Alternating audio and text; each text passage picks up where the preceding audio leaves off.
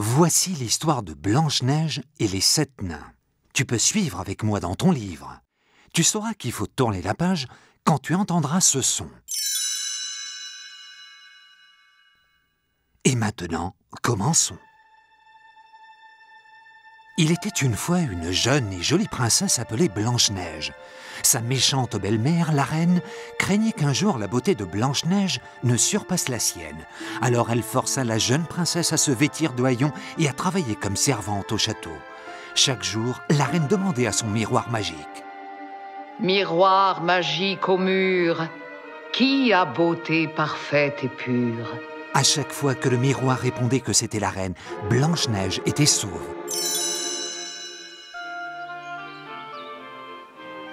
Un jour que Blanche-Neige tirait de l'eau d'un puits, elle fit le vœu de rencontrer celui qui l'aimerait, et elle imagina comme il serait charmant. Alors qu'elle contemplait la surface du puits, elle vit un autre visage que le sien se reflétait dans l'eau. C'était celui d'un beau prince. Oh! Bonjour. T'ai-je effrayé? Attends, ne t'enfuis pas. Mais Blanche-Neige s'enfuit vers son balcon, d'où elle put observer le prince. Au même moment, la reine était en train d'épier Blanche-Neige et le prince. Quand elle les vit ensemble, elle devint folle de rage et courut demander au miroir qui était la plus belle. Célèbre est ta beauté, Majesté. Pourtant, une jeune fille en loques, dont les haillons ne peuvent dissimuler la grâce, est, hélas, encore plus belle que toi. Décris-la-moi. Lèvres rouges comme la rose, cheveux noirs comme l'ébène, teint blanc comme la neige. Blanche-Neige. Furieuse, la reine fit venir un chasseur. Conduis Blanche-Neige dans la forêt. Mène-la en un lieu isolé, où elle cueillera des fleurs sauvages. Et là, mon fidèle et loyal serviteur, tu la tueras. Mais votre majesté, la jeune princesse... Silence! Si tu échoues, tu seras mise à mort. Sachant qu'il ne pouvait désobéir à la reine, le chasseur conduisit Blanche-Neige dans la forêt. Mais quand vint le moment de la tuer, il ne put s'y résoudre et tomba à genoux. Je supplie votre Altesse de me pardonner. Vous pardonnez quoi? Elle est folle de jalousie, elle ne reculera devant rien. Mais qui? La reine! La reine? Vite, mon enfant, vite! Courez vous cacher! N'importe où, dans les bois! Ne revenez jamais! Partez tout de suite! Partez! Seule et terrifiée, Blanche-Neige s'enfuit dans la forêt. Partout, des yeux perçants semblaient l'observer dans le noir. Elle entendit des bruits lugubres et sentit des branches d'arbres s'accrocher à elle. Finalement, elle ne put aller plus loin et tomba sur le sol en sanglotant. Quand elle leva les yeux, elle vit plusieurs animaux de la forêt autour d'elle. Elle leur demanda s'ils connaissaient un endroit dans les bois où elle pourrait loger. Les animaux conduisirent Blanche-Neige jusqu'à une jolie petite maison dans la forêt. Elle frappa à la porte, mais n'obtint pas de réponse. Alors, elle entra. Oh, c'est adorable! Une vraie maison de poupée. Oh, quelle mignonne petite chaise! Mais il y a 7 petites chaises. Il doit y avoir 7 petits-enfants. Et si j'en juge par cette table, 7 petits-enfants bien peu soigneux. J'ai une idée. Mettons de l'ordre, faisons-leur une surprise. Ils me permettront peut-être de rester. Grâce à l'aide de ses nouveaux petits amis, Blanche-Neige mit la maison en ordre en un rien de temps. Puis, elle décida de monter à l'étage. Oh, les adorables petits lits! Et regardez, leurs noms sont gravés sur chacun d'eux. Prof, Joyeux, Atchoum, Simplet. Quel drôle de nom pour des enfants. Grincheux, Timide et Dormeur. Oh, je m'endors un peu moi-même. Elle s'allongea en travers de 3 petits lits et s'endormit. Au même moment, les habitants de la maison étaient en chemin pour regagner leur logis. Ce n'étaient pas du tout des enfants, mais 7 nains qui travaillaient toute la journée dans une mine de diamants. Alors qu'ils s'approchaient de la maison, l'un d'eux, prof, s'écria. Notre maison! La lumière mille! La lumière brille!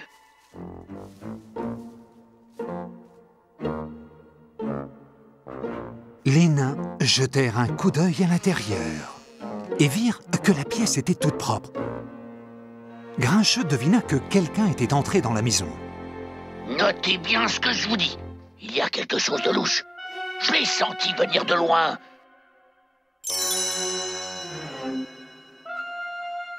Soudain, ils entendirent un bruit. Prof regarda en direction de l'étage. Ça vient de là-haut. Oui, de la chambre à coucher. Prudemment, les 7 petits hommes se dirigèrent vers la chambre. Prof ouvrit la porte et jeta un coup d'œil. C'est une jeune fille. Les nains s'approchèrent de Blanche-Neige. Soudain, elle se mit à bouger. Prof et les 6 autres nains coururent se cacher. Réveillée, Blanche-Neige s'étira en bâillant. Puis elle vit 7 paires d'yeux qui l'observaient depuis l'autre bout du lit. Elle s'assit sur le lit en souriant. Enchantée, messieurs. Enchanté de quoi? Grincheux fronça les sourcils, Blanche-Neige sourit. Oh, toi, tu dois être Grincheux. On sait qui on est. Demande-lui qui elle est. Oh, que je suis donc bête. Je suis Blanche-Neige. Blanche-Neige, la princesse. Les nains étaient très impressionnés, à l'exception de Grincheux qui demanda à Blanche-Neige de s'en aller. Blanche-Neige supplia les 7 nains de la laisser rester chez eux, car si sa belle-mère la retrouvait, elle la tuerait. Mais Grincheux ne voulait pas céder. C'est une vieille sorcière. Si elle sait que Blanche-Neige est ici, elle nous tombera dessus et exercera sa vengeance sur nous. Elle ne me trouvera jamais ici. Et si vous me gardez, je m'occuperai de tout. Je ferai la lessive, la couture, le ménage et la cuisine. La cuisine? Hurrah! Elle reste! Au château, la reine était devant son miroir. Miroir magique, écoute. Qui est la plus belle de toutes? Par-delà la 7e chute, dans le logis des 7 nains, demeure Blanche-Neige. C'est elle la plus belle. Ainsi il m'a trahi. Je me rendrai moi-même au logis des nains et déguisé, de telle façon que personne ne pourra soupçonner qui je suis. La reine prépara une potion magique qui la fit se transformer en une affreuse vieille marchande de fruits. Une pomme empoisonnée. Une tranche de la pomme empoisonnée et les yeux de la victime se fermeront à jamais dans un sommeil de mort. La victime du sommeil de mort ne peut être ramenée à la vie que par un premier baiser d'amour. Il n'y a pas de danger. Les nains vont la croire morte. Pendant ce temps, les nains se préparaient à partir travailler. Alors qu'elle leur disait au revoir, Prof mit Blanche-Neige en garde. Et rappelez-vous, mignonne, la reine est très rusée.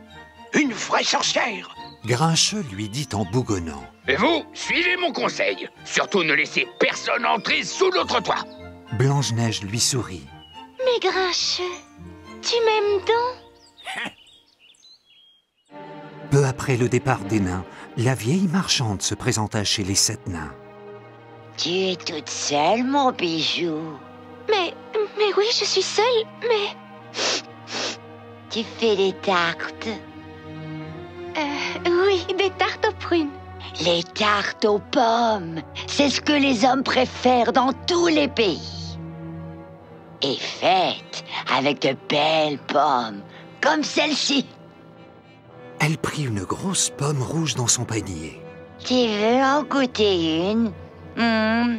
Vas-y, vas-y, croque-en un morceau.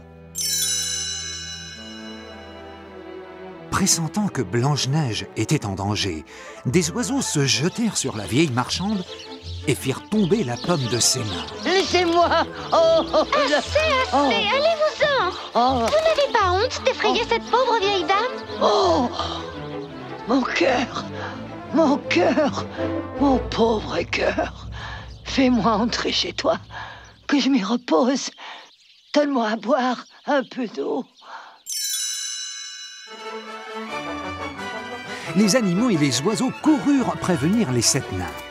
Une fois dans la mine, ils tirèrent les nains par la manche en piaillant pour les obliger à les suivre.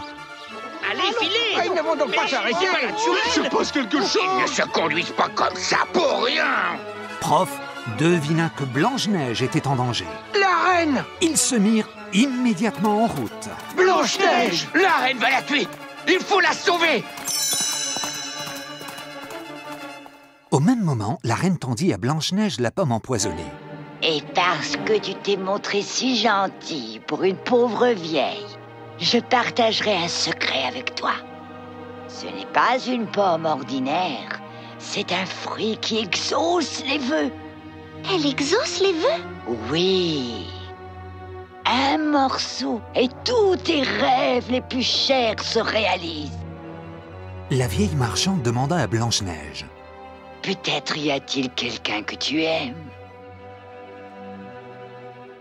Blanche-Neige eut une pensée pour son prince. Oui, oui, il y a quelqu'un. J'en étais sûre, j'en étais sûre. La vieille grand-mère connaît le cœur des jeunes filles. Allons, prends la pomme, chérie, et fais un vœu. Blanche-Neige mordit dans la pomme. Oh, je me sens toute drôle. Quelques instants plus tard, elle s'écroula sur le sol. Un violent orage éclata alors que les 7 nains atteignaient enfin la maison où ils trouvèrent Blanche-Neige inanimée.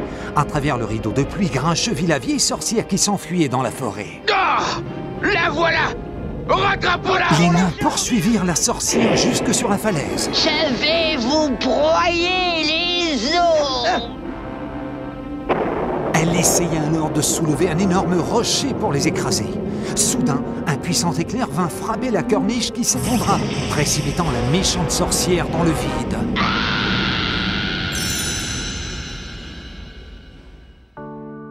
La sorcière avait disparu à jamais, mais Blanche-Neige était toujours prisonnière du sortilège. Même morte, elle était si belle que les 7 nains n'avaient pu se résoudre à l'enterrer. Ils décidèrent de lui faire un cercueil d'or et de verre. Ainsi, ils pourraient toujours la contempler et veiller sur elle. Le prince entendit parler de la ravissante jeune fille qui reposait dans son cercueil de verre. Il se rendit jusqu'au logis des nains qui le conduisirent auprès de Blanche-Neige. Tout doucement, il l'embrassa sur les lèvres. Alors, lentement, les yeux de Blanche-Neige s'ouvrirent. Le maléfice était rompu. Le baiser d'un premier amour l'avait ramené à la vie. Le rêve de Blanche-Neige se réalisait enfin. Le prince la prit dans ses bras et elle dit au revoir aux 7 nains. Bientôt, les cloches de la noce retentirent dans la forêt. À partir de ce moment, Blanche-Neige et son prince vécurent dans leur château, au milieu des nuages, heureux pour toujours.